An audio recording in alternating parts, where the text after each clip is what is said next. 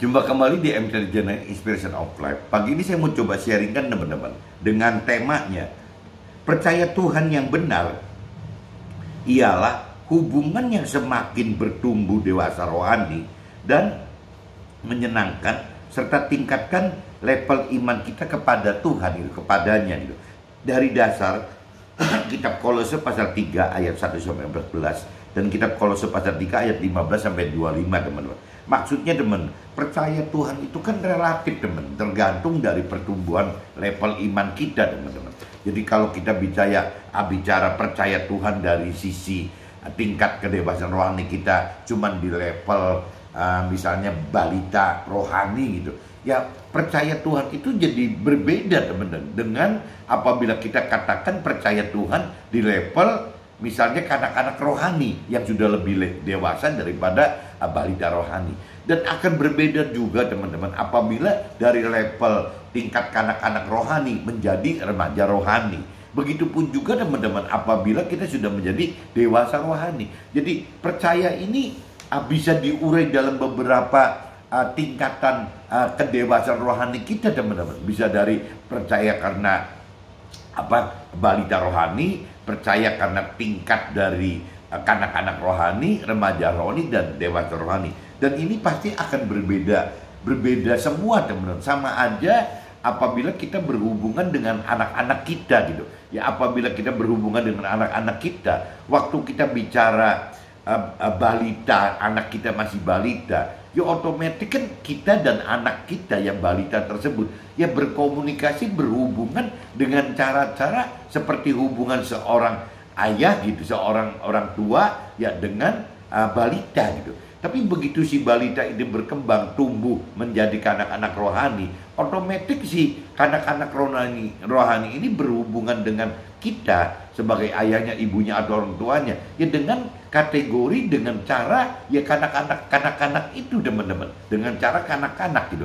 Nah tapi waktu kanak-kanak kita berubah menjadi remaja, berubah menjadi dewasa, ini kan hubungan kita dengan mereka kan jadi berubah teman-teman. Nah dengan Tuhan pun sama teman-teman, cuman dengan Tuhan itu kita lebih kaitkan dengan sisi rohani ya tadi. Jadi kedewasaan rohani kita ini sampai di level mana? Sebenarnya bukan cuma sekedar kedewasaan rohani saja teman. Sebenarnya kan kalau kita bicara menyimak dari dasar manusia itu adalah ada 3 unsur, tubuh, jiwa, dan roh. Sebenarnya ya tiga-tiganya terkait teman-teman. Tapi kalau khususnya urusan iman gitu, iman itu ya bukan di tubuh, bukan di jiwa, tapi lebih lari ke arah jiwa ke roh teman-teman.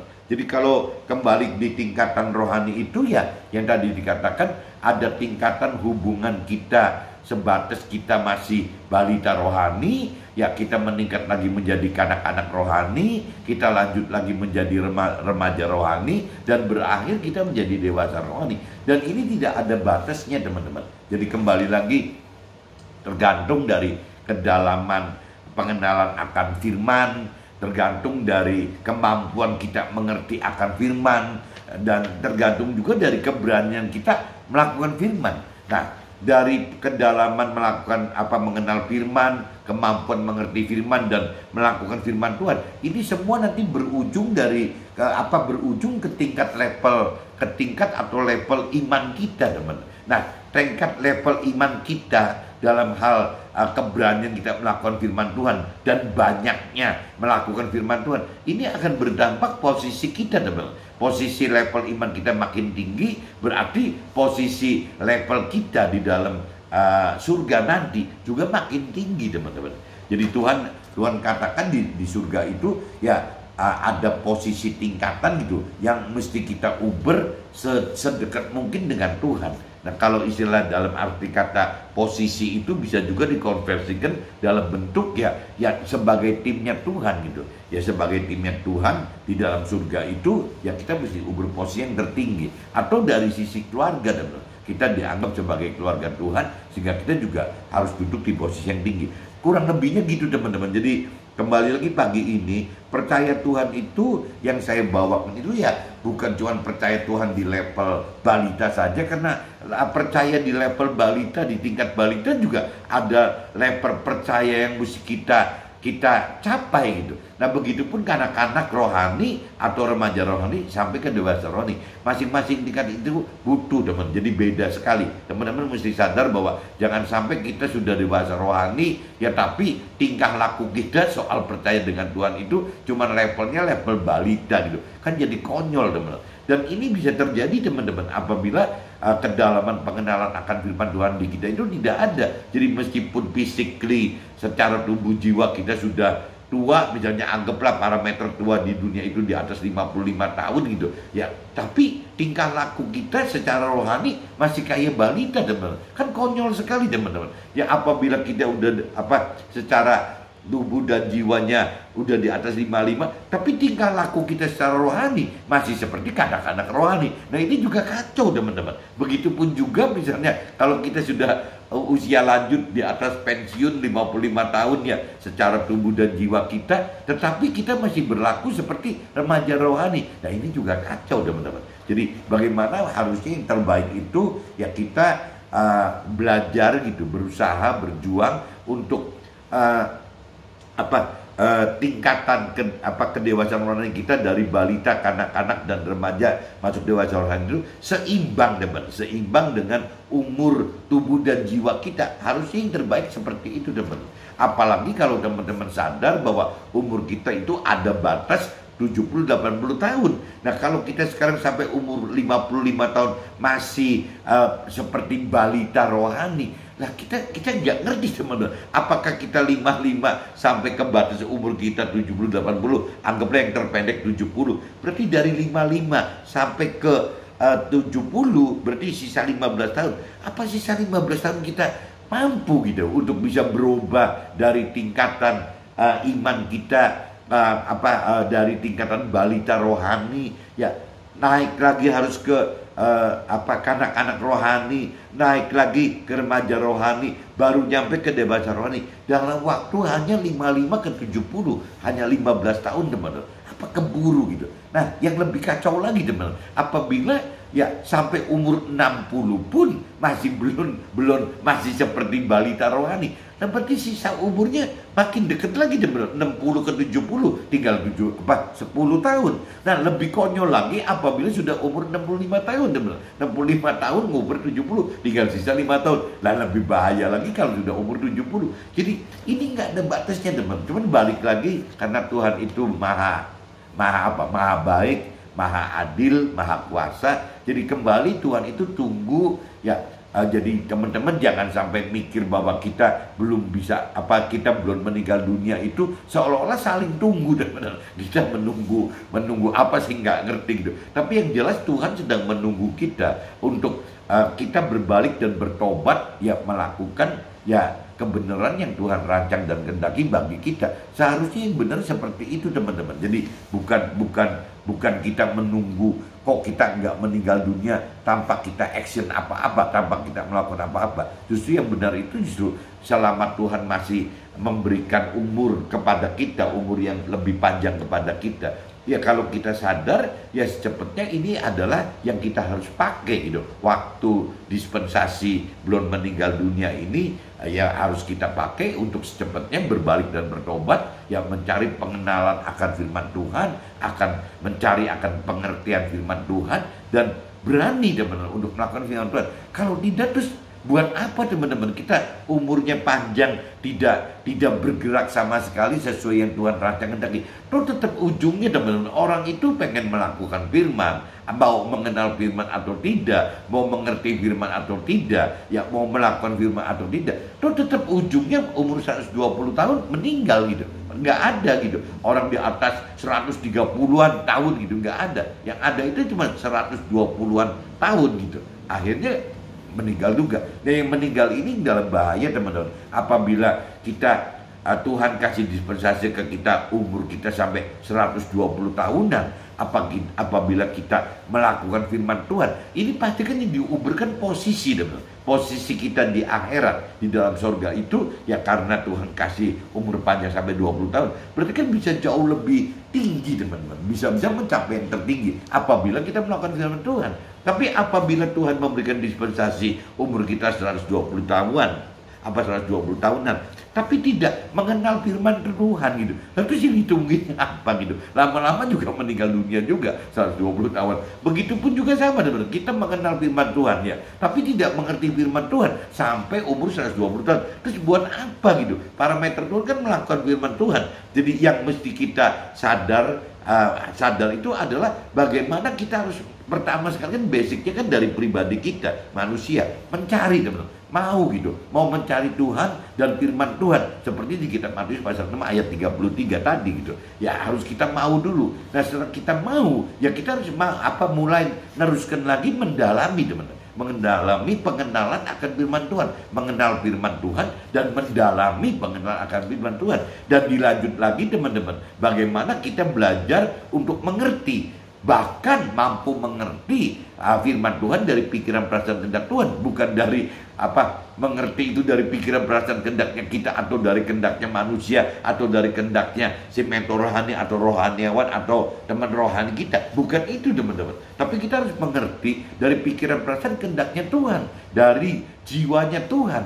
Dan kalau tanpa dari pikiran perasaan kehendak Tuhan, akhirnya pengertian firman itu belum tentu kita mengerti dengan benar teman-teman. Belum tentu benar dengan apa yang Tuhan rancang dan kehendaki. Nah, waktu kita lebih dalam mengenal firman Tuhan dan kita terus mencari siang dan malam pengertian akan firman Tuhan, biasanya teman-teman Tuhan itu akan bukakan bahwa untuk mengerti firman Tuhan itu harus menghidupkan roh Tuhan. Itu seringkali saya sharingkan yang bedanya yang saya lihat, yang saya tidak pernah alami itu adalah bagaimana sekian 20 tahun lebih gitu ya, saya itu tidak pernah didorong oleh mentor rohaniawan atau teman rohani ya bagaimana untuk menghidupkan roh Tuhan. Makanya sih jadi saya sharingkan itu selalu saya ribut bahwa teman-teman ya keluarga saya harus bisa menghidupkan roh Tuhan. Tidak bisa teman-teman, tidak bisa mencari Tuhan itu, mencari firman Tuhan itu hanya dengan ya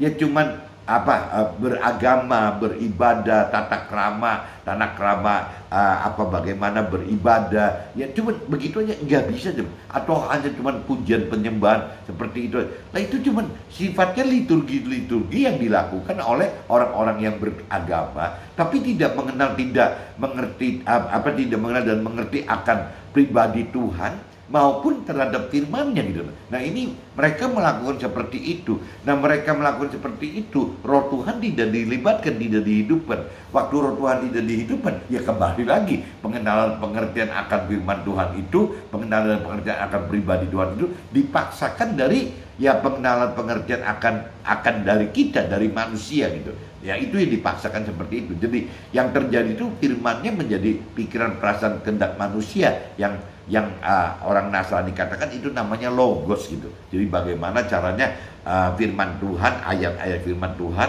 yang diartikan dari hikmatnya manusia, pikiran perasaan manusia itu adalah namanya logos. Nah sedangkan firman Tuhan menghendaki yang namanya pikiran perasaan kehendaknya Tuhan itu ditumpahkan ke dalam firman itu, akhirnya menjadi rema teman-teman. Nah bedanya apa logos sama rema? Kalau logos itu ya biasanya terlalu teoritis, terlalu baku, dasarnya itu hukum-hukum, dan biasanya pengenalan pengertian pengertian itu jadi tersudut gitu, tersudut.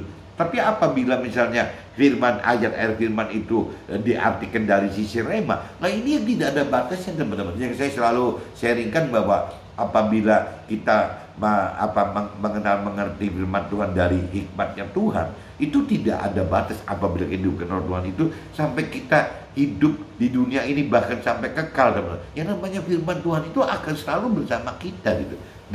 Dan jangan artikan karena cuma satu gepok ya kitab suci aja berarti ini habis loh. Memang kalau kita baca teman-teman secara pakai logika saja gitu, pakai hikmat manusia, pikiran perasaan kehendak manusia. Yang namanya baca itu pengalaman saya teman-teman. Kalau kita sedang haus, paling setengah tahun juga habis satu buku gitu, satu kitab suci. Mungkin di Al-Quran juga sama, atau di kitab lain juga sama. Setengah tahun juga habis. Kalau kita misalnya tidak lagi haus gitu, tidak setiap saat mencari firman, jangan-jangan ya sekitar berapa bulan, 9 bulan mungkin habis. Seperti orang perempuan mengandung gitu. Jadi ya sudah habis 9 bulan juga sudah khatam gitu. Ya atau paling sial-sialnya 1 tahun lah khatam gitu. Nah, kalau diulur-ulur ya anggaplah 2 tahun, ya khatam juga gitu. Jadi, cuman kembali lagi bukan berarti kalau kita sudah khatam menyelesaikan satu periode perputaran membaca kitab suci, terus dianggapnya udah selesai. Yaitu kalau dibacanya dasarnya bukan dengan roh Tuhan, dengan cuman menghasilkan logo saja, ya mungkin 1 kali baca, 2 atau 3 kali sudah bisa dimengerti teman-teman dari pikiran perasaan kehendak manusia. Tapi kalau firman Tuhan itu diartikan dari pikiran perasaan kehendak Tuhan, yang tadi saya katakan itu pengen baca belasan kali, puluhan kali, bahkan ratusan kali, pengenalan pengertian akan firman Tuhan itu tidak pernah akan habis teman-teman, tidak akan habis. Jadi meskipun hanya 1 gepok kitab suci aja, tapi itu bisa menjadi modal kita hidup di dunia ini selama 120 tahunan ya, plus waktu kita hidup di alam kekal. Jadi cukup dengan 1 gembok itu selama kita bisa mengerti firman Tuhan itu dari pikiran perasaan kehendak Tuhan yang tadi dikatakan harus menghidupkan roh Tuhan, dan juga harus firman itu menjadi rema. Nah ini yang teman-teman harus sadar bahwa arti firman itu ya seperti itu teman-teman. Cuman sayangnya banyak sekali orang-orang yang mengartikan firman itu cuma dari level yaitu hikmatnya manusia sendiri, hikmatnya dari ya ini yang saya bilang, kok mentor rohani kok diem-diem aja gitu. Saya 20 tahun lebih kok dibiarkan begini aja gitu. Ya kenapa enggak rohaniawan juga ributkan nge-push gitu bahwa yang namanya selain pendalaman firman Tuhan dibutuhkan juga bagaimana untuk menghidupkan roh Tuhan. Itu jarang sekali teman-teman. Apa mentor rohaniawan yang mengatakan begitu. Tapi kalaupun ada gitu mentor rohaniawan seperti itu, ya kita bersyukur dan berterima kasih sekali teman-teman, baik kepada Tuhan maupun kepada mentor rohaniawan yang seperti itu teman-teman. Karena saya tidak merasakan saya memiliki mentor rohaniawan yang terus siang malam nge-push saya bahwa selain firman Tuhan ya harus menghidupkan roh Tuhan. Nggak ada teman-teman. Ya kembali lagi dari apa? Karena mungkin Tuhan tahu seberapa manusia itu ingin mencari Tuhan, ya bagaimana ingin dalam mengenal Tuhan, ingin benar-benar mampu mengerti firman Tuhan. Nah Tuhan mungkin bisa bukakan teman-teman. Dan karena kembali lagi parameter yang benar itu adalah mentor rohani itu adalah sebagai apa ya, orang-orang yang membimbing kita di marketplace di dunia sekuler, pengusaha, orang karir dan buruh itu sebatas pengertian akan firman Tuhan secara teori dulu teman-teman. Memang itu nggak disalahkan. Kalau kita tidak punya teori-teori dasar pengenalan akan firman Tuhan, lagi mana istilahnya Tuhan membimbing kita lewat roh Tuhan untuk bisa mengajar, ya untuk bisa menuntun, menghibur, menemani gitu, melakukan firman Tuhan. Nggak bisa teman. Jadi tetap kita butuh teori firman Tuhan pada awalnya, tapi setelah itu harusnya mentor rohani dan rohaniawan memberikan input kepada jemaat dan umatnya, kita-kita yang di dunia sekuler marketplace sebagai pengusaha, orang karir atau buruh itu ya, bahwa nextnya ya tidak bisa cuma sekedar bagaimana mengenal firman Tuhan dari teori saja gitu ya, tapi bagaimana menghidupkan roh Tuhan di dalam ya firman Tuhan itu. Akhirnya firman Tuhan itu benar-benar dilakukan teman-teman, bukan cuma dipelajari, bukan cuma untuk dicari, bukan hanya untuk dikenali, bukan hanya untuk dipelajari, didalami gitu. Tidak cuma cukup begitu teman-teman, tapi yang dilakukan. Jadi kembali yang Tuhan inginkan bukan mencari, bukan mengenal, bukan mengerti, tapi kita harus mampu melakukan firman Tuhan. Itu yang Tuhan nilai bahwa kita ini bisa mendapatkan keselamatan kekal di dalam akhirat, di dalam surga atau tidak gitu. Apabila kita tidak melakukan firman Tuhan, meskipun kita sudah mencari, sudah mengenal, sudah mengerti akan firman Tuhan, tapi tidak melakukan firman Tuhan, yaitu ujungnya kan berarti tidak melakukan firman Tuhan teman-teman. Apabila ujungnya tidak melakukan firman Tuhan, berarti ya kategorinya ya kita tidak melakukan dosa. Nah waktu kita tidak melakukan firman Tuhan berarti kita melakukan dosa, otomatis kita tidak akan masuk ke dalam keselamatan yang kekal, tapi kita bisa mendapatkan kebinasan yang kekal di dalam neraka gitu. Nah ini kan yang bahaya ini teman-teman. Jadi khususnya yang saya katakan kalau bisa mentor rohaniawan, ya ayo dong secepatnya arahkan diri sendiri dulu untuk bisa melakukan firman Tuhan. Takutnya kalau mentor rohaniawan macam seperti ini,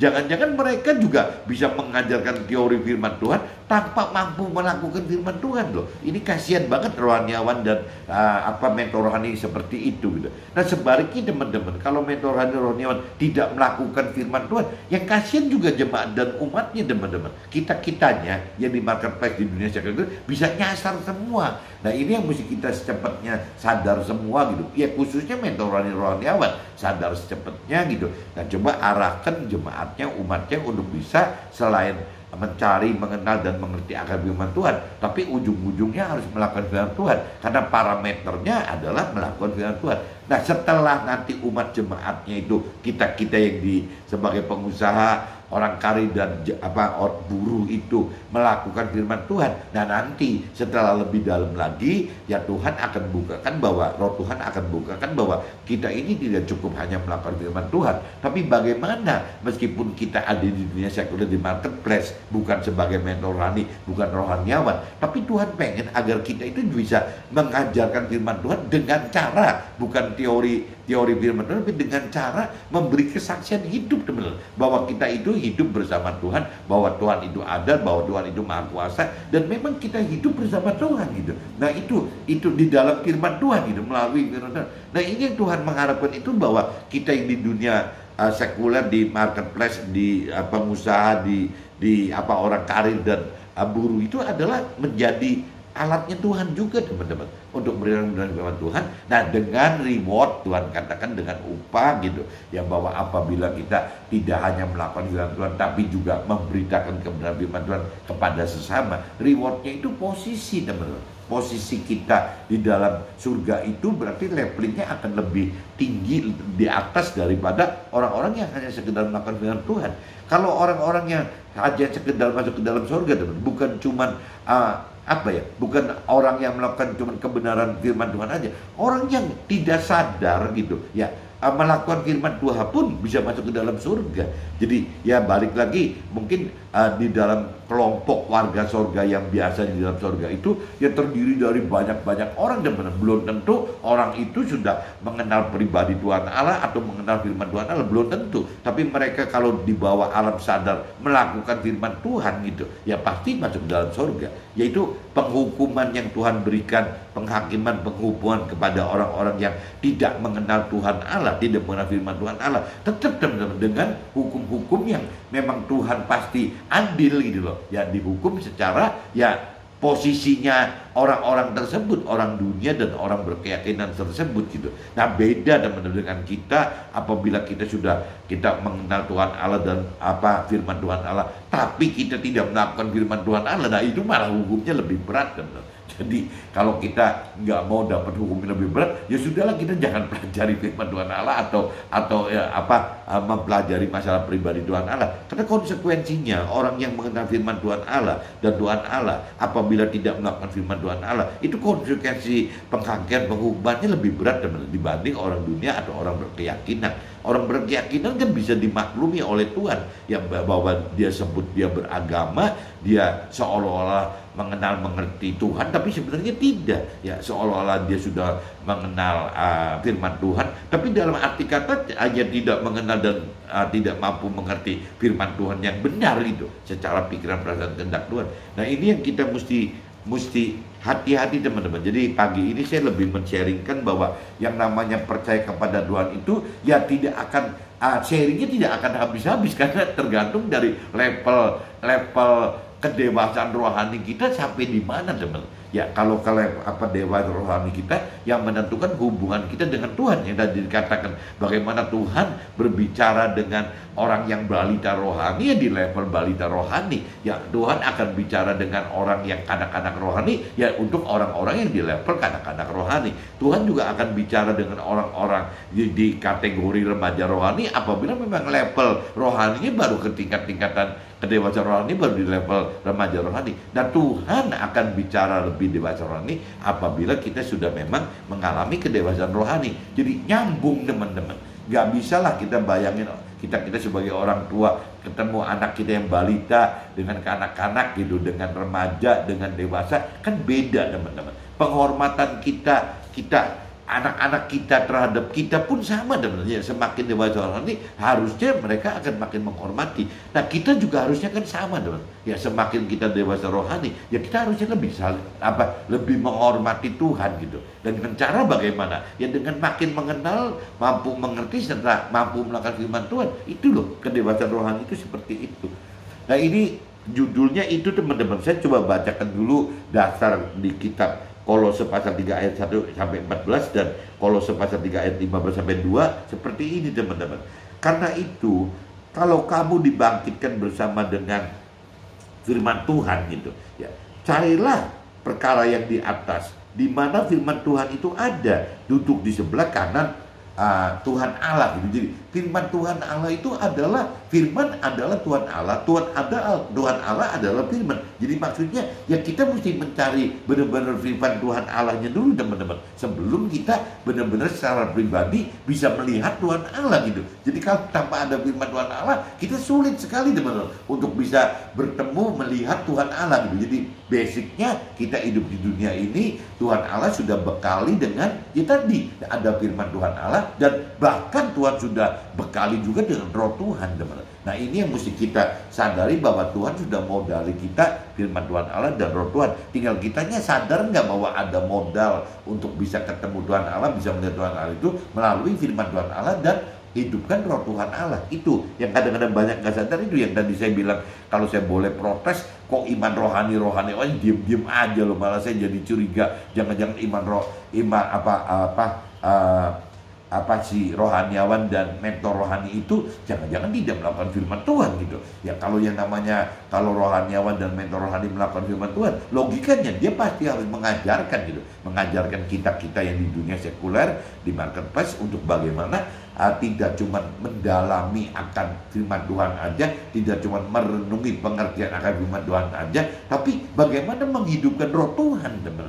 Itu yang paling penting gitu. Ya firman Tuhan plus roh Tuhan gitu. Ya kalau firman Tuhan tidak disertai roh Tuhan, ya seperti apa? Seperti mobil tidak ada bensinnya mungkin teman-teman, jadi nggak bisa jalan gitu. Jadi udah ada mobilnya ya tapi nggak ada bensinnya gitu, ya percuma, nggak bisa jalan juga. Nah ini sama teman, seperti HP, handphone gitu, ya ada handphonenya tapi nggak ada listriknya gitu, nggak ada, nah kan nggak bisa dipakai juga teman-teman. Nah ini yang mesti kita sadari bahwa ya kita butuh firman Tuhan dan menghidupkan roh Tuhan. Dan ini saya harapkan sekali ya kita yang di marketplace dan dunia sekuler, apabila kita sudah lebih dewasa rohani, ya sudahlah, kita juga harus terus soundingkan kepada teman-teman kita, sharingkan kepada teman-teman kita, beritakan kesaksian kepada teman kita bahwa selain firman Tuhan kita harus hidupkan roh Tuhan. Nah syukur-syukur mentor rohani dan rohaniawan juga sadar untuk bisa melakukan ini. Cuman saya pribadi selama 22 tahun ini teman, jarang, bahkan hampir gak ada gitu ya, mentor rohaniawan yang langsung saya kenal di darat, yang terus ngeributin saya bicara firman Tuhan dan roh Tuhan. Kayaknya belum ketemu loh teman-teman.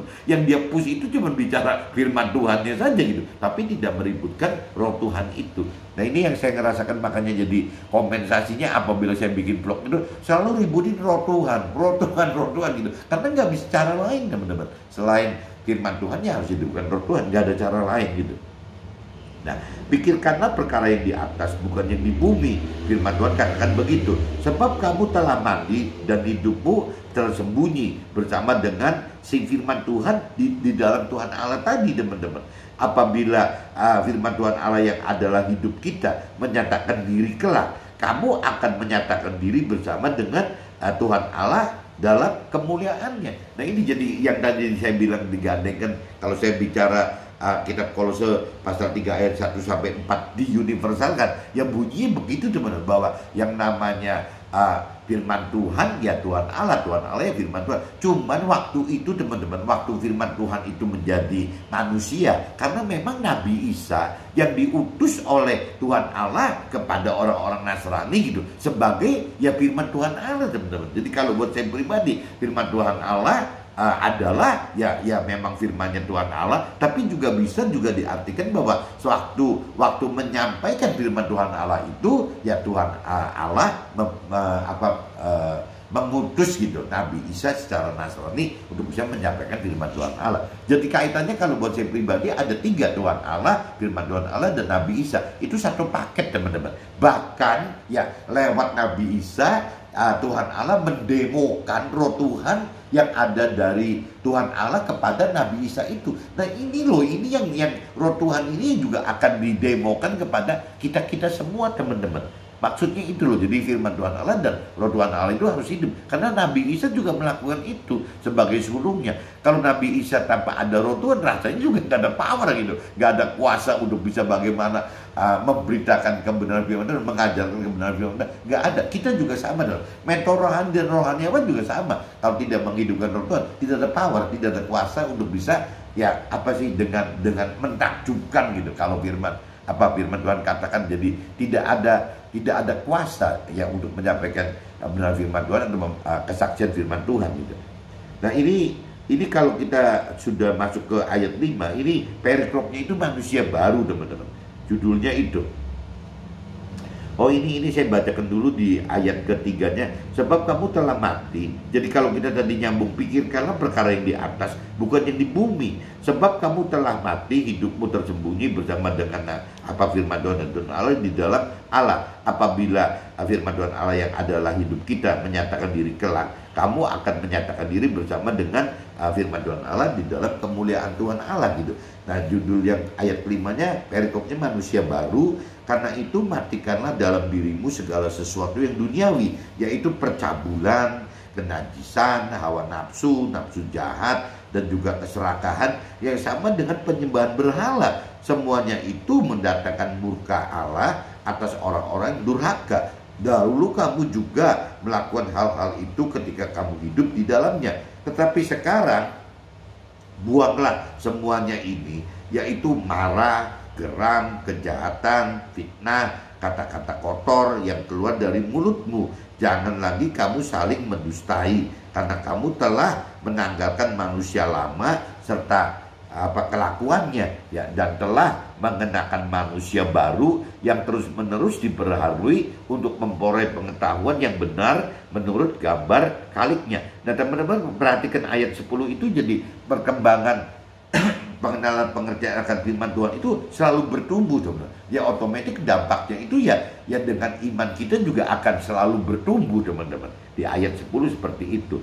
Dalam hal ini tiada lagi orang Yunani atau orang Yahudi, yang bersunat atau tidak bersunat, orang barbar atau orang skit, budak atau orang merdeka. Tetapi firman Tuhan adalah semua dan di dalam segala sesuatu. Jadi parameternya kembali lagi, ya siapa yang melakukan firman Tuhan itu yang memang bisa tergantung posisinya gitu.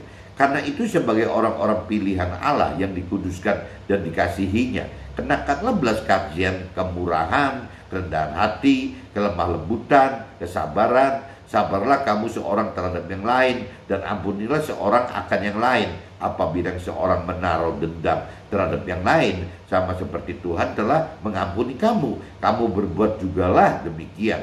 Dan di atas semuanya itu, kenakanlah kasih sebagai pengikat yang mempersatukan dan menyempurnakan. Jadi kunci paling akhirnya adalah kasih, teman. Bagaimana kita mengasihi Tuhan Allah dan bagaimana kita mengasihi sesama kita gitu. Hendaklah damai sejahtera yang dari firman Tuhan Allah memerintah dalam hati kita. Karena untuk itulah kamu telah dipanggil menjadi satu tubuh, dan bersyukurlah. Hendaklah perkataan di dalam firman Tuhan diam dengan segala kekayaannya di antara kita, sehingga kita dengan segala hikmat mengajar dan menegur seorang akan yang lain, dan sambil menyanyikan mazmur dan puji-pujian dan nyanyian rohani, kamu mengucap syukur kepada Tuhan Allah di dalam hati kita. Dan segala sesuatu yang kita lakukan dengan perkataan atau perbuatan, lakukanlah semuanya itu di dalam nama Tuhan gitu, di dalam nama firman Tuhan juga, sambil mengucap syukur oleh dia kepada Tuhan kita. Hubungan antara anggota-anggota rumah tangga, ini perikop yang ke-18 nih teman. Jadi hubungan horizontal ya. Hai istri-istri, tunduklah kepada suamimu sebagaimana seharusnya di dalam Tuhan. Hai suami-suami, kasihilah istrimu dan janganlah berlaku kasar terhadap dia. Hai anak-anak, taatilah orang tuamu dalam segala hal, karena itulah yang indah di dalam Tuhan. Hai bapak-bapak, janganlah sakiti hati anakmu supaya jangan tawar hatinya. Ya, hai hamba-hamba, taatilah Tuhanmu yang di dunia ini dalam segala hal. Jangan hanya di hadapan mereka saja untuk menyenangkan mereka, melainkan tulus hati karena takut akan Tuhan. Jadi apabila kita melakukan hal-hal tadi teman-teman, jangan dibayangkan itu demi mereka teman, bukan. Karena kita lakukan itu karena memang untuk Tuhan. Ya taat kepada Tuhan karena Tuhan, atau kita perhatikan di dalam ayat yang ke-22 tadi seperti itu gitu.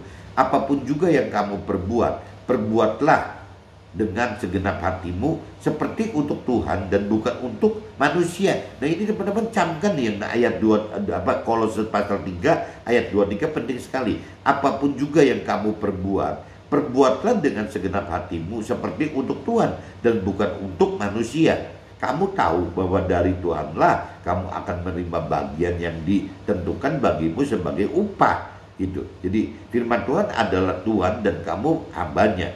Barang siapa berbuat kesalahan, ia akan menanggung kesalahannya itu, karena Tuhan tidak memandang orang. Nah ini saya sudah bacakan teman-teman, kita Kolose pasal 1 sampai 11 dan kita Kolose pasal 3 sampai 15 sampai 25. Saya coba langsung masuk aja ke dalam draft saya teman-teman.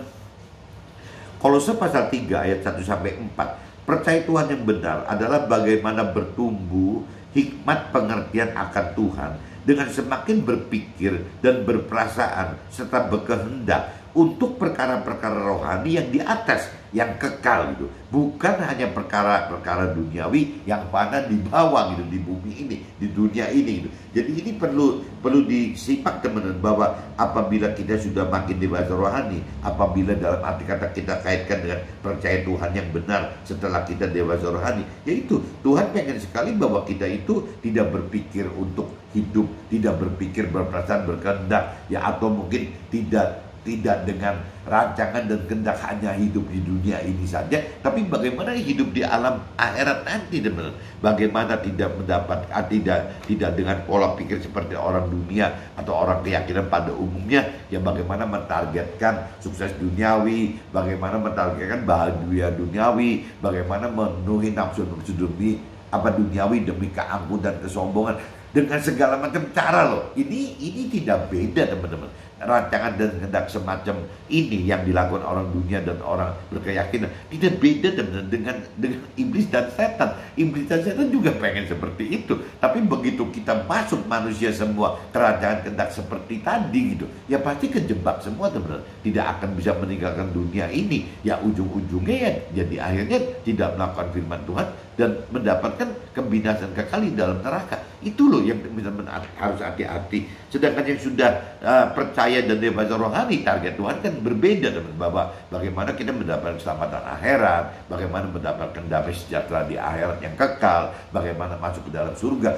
bahkan bagaimana menentukan posisi yang tertinggi di dalam surga. Nah itu yang Tuhan rancang kehendaki seperti itu. Makanya Tuhan berikan firman Tuhan dan roh Tuhan untuk menjadi peta kebenaran hidup kita, firman-Nya, dan juga roh Tuhannya sebagai kompas kebenaran hidup kita untuk bisa masuk ke dalam rancangan kehendak Tuhan. Itu sebenarnya. Nah, Kolose 3 ayat 5 sampai 11.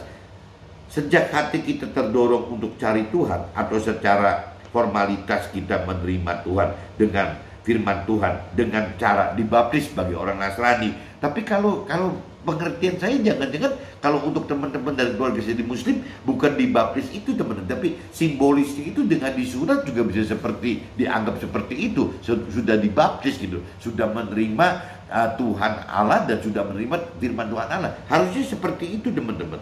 Seharusnya kita sudah menjadi manusia baru. Jadi kalau orang yang dibaptis, baik bentuknya itu istilahnya prosesi atau formality ya baptisan di Nasrani atau di Muslimnya itu sunatan itu, ya seharusnya kita sudah harus bisa menjadi manusia baru teman-teman, berbalik serta bertobat dengan belajar mau mengenal dan mampu mengerti serta mampu melakukan firman Tuhan, karena kita sudah meninggalkan manusia lama kita, di mana kita harus diperbarui untuk memperoleh pengetahuan akan kebenaran Tuhan di firman-Nya gitu. Jadi apabila kita sudah mengaku berbalik dan bertobat dengan cara dibaptis tersebut gitu, ya harusnya kita sudah berbalik dan bertobat untuk bisa lebih mau mencari Tuhan, jelas. lebih mau mendalami pengenalan akan firman Tuhan, lebih mampu merenungi apa sih hikmat firman Tuhan dari pikiran perasaan tentang Tuhan, dan lebih berani teman-teman melakukan firman Tuhan. Nah ini kembali lagi Tuhan ajarkan yang kita mesti bisa menguasai firman Tuhan dan menghidupkan roh Tuhan di dalam kita, teman-teman. Itu manusia baru seperti itu, teman-teman. Kolose pasal 3 ayat 12-14.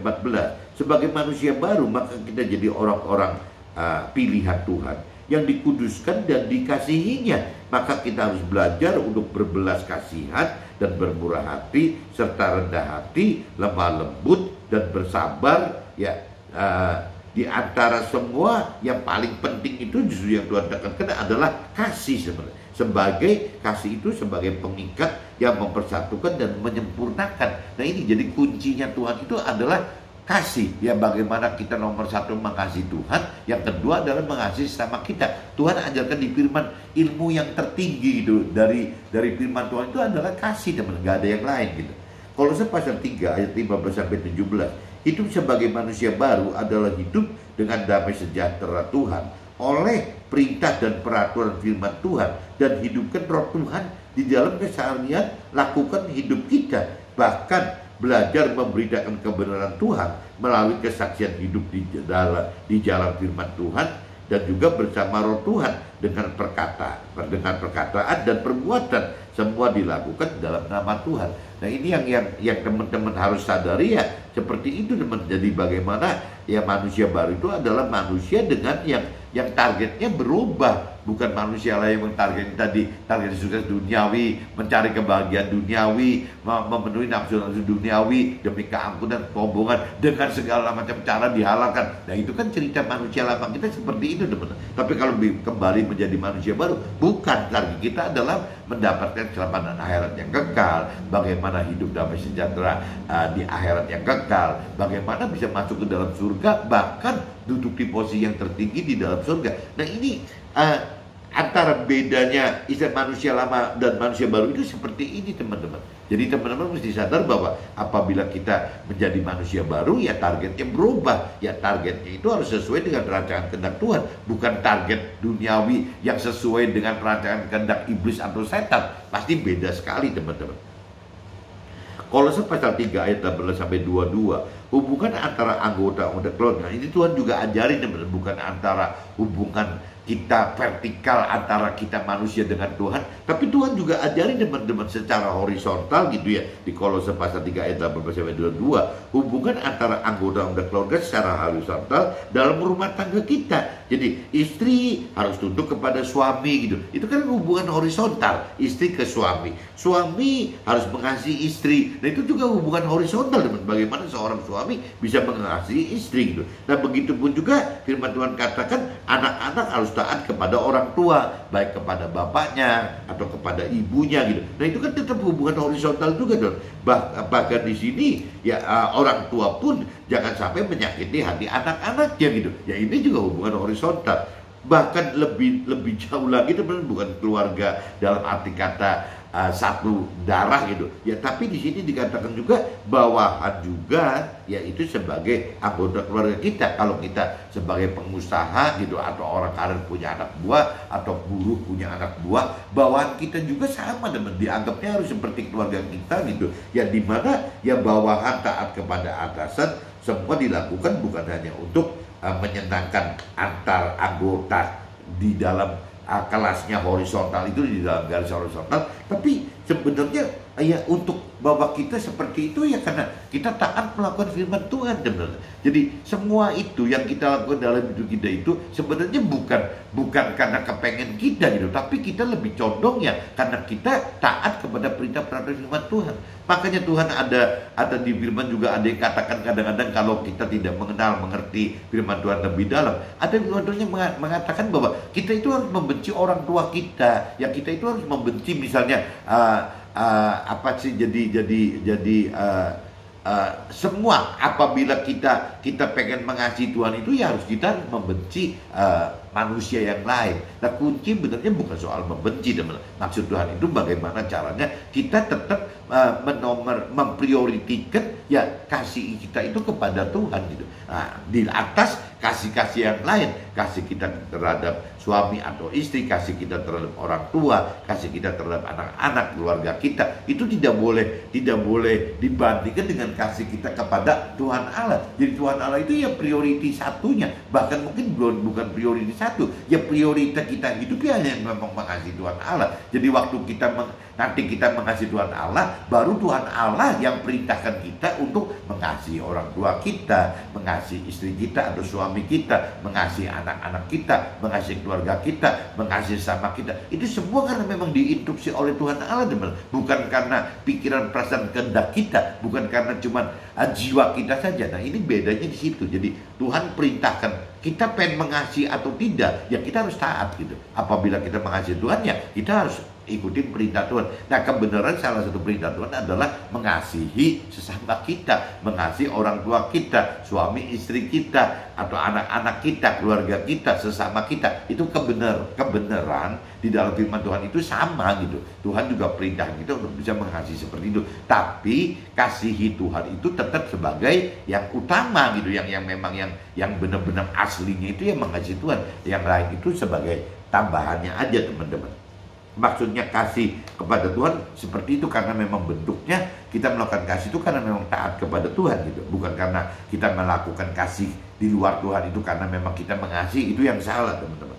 Kolose pasal 3 ayat 23 sampai 25. Tuhan ajarkan apa yang kita perbuat semua bagi Tuhan, bukan untuk manusia. Kita hanya harapkan upah dari Tuhan saja, bukan dari manusia. Dan siapa di antara kita yang salah dan tanggung kesalahan masing-masing, karena Tuhan tidak membeda-bedakan dan tidak memandang orang gitu. Nah, ini kembali lagi pertegasan dari kitab Kolose pasal 3 ayat 23 sampai 25. Tuhan ajarkan apa yang kita perbuat semua bagi Tuhan. Jadi apapun yang kita perbuat itu bukan untuk misalnya saya sebagai suami berarti untuk istri saya, atau mungkin saya sebagai orang tua untuk anak saya, untuk mantu saya, untuk orang tua saya, untuk mertua saya. Tidak ada, teman-teman. Jadi yang Tuhan ajarkan itu apa yang kita perbuat itu semuanya bagi Tuhan, baik itu sifatnya positif dalam arti kata atau dalam arti kata untuk orang lain gitu. Ya, jadi baik untuk Tuhannya pribadi atau untuk orang lain, semua itu karena memang Tuhan yang perintahkan itu bagi kita. Kita cuma sebagai pelaku firman Tuhan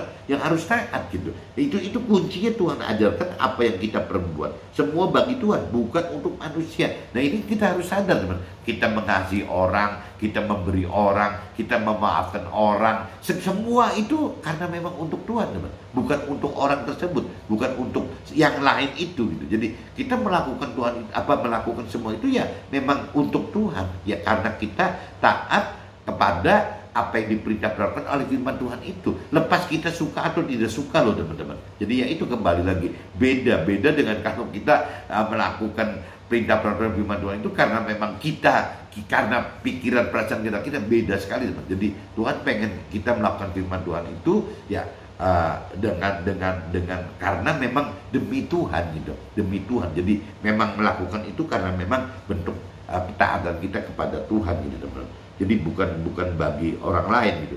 Kita hanya harapkan upah. Nah, itu waktu kita melakukan firman Tuhan, kita tidak berharap upah dari siapa-siapa. Jadi kalau kita menolong musuh kita atau orang lain, bukan kita mengharapkan nanti pertolongannya dari musuh kita atau orang itu berbalik kepada kita. Kita tidak pernah mengharapkan itu, teman. Ya kita kasih pertolongan kepada mereka, kita kasihkan aja pertolongan kepada mereka. Lalu terus upahnya apa? Ya upahnya Tuhan yang beri gitu. Soalnya gitu. Jadi soal materi juga sama, teman. Apabila kita ingin tergerak untuk Tuhan gerakkan untuk bisa memberikan persembahan kepada orang lain, kita kasihkan aja. Bukan berarti kita kasihkan persembahan kepada orang lain terus kita mengharapkan balikan dari orang tersebut gitu. Bukan. Kalau dengan teori Tuhan ya kita kasihkan. Kalau memang kita terdorong dari hati kita, Tuhan minta kita untuk kasih persembahan kepada orang tersebut gitu, ya kita kasihkan tanpa dengan harapan kita akan menerima balik dari orang yang kita beri tersebut, diberi persembahan tersebut. Terus dari mana persembahan baliknya gitu? Ya dari Tuhan, teman. Nah, itu prinsip Tuhan itu seperti itu, teman. Jadi nggak bisa kita berbuat sesuatu berbalik dari orang tersebut, nggak bisa, teman. Nah, pagi ini saya bicara dari sisi temanya teman-teman. Jadi mudah-mudahan teman-teman bisa nangkep. Percaya Tuhan itu ada levelingnya, tergantung kedewasaan rohani kita. Jadi kedewasaan rohani kita itu yang akan membedakan hubungan kita dengan Tuhan. Yang tadi saya katakan, seperti kita dengan anak kita yang balita, ya pasti dengan tingkah laku balita. Waktu dengan anak kita anak-anak, sudah anak-anak, ya kita juga akan hubungan sebagai orang tua dan anak-anak. Begitupun sebagai remaja, kita berarti orang tua dengan si remaja tersebut. Nah, tapi begitu anak-anak sudah dewasa, ya pasti kan justru anak-anak yang akan lebih berbalik kepada orang tuanya. Oke teman-teman, see you, bye-bye.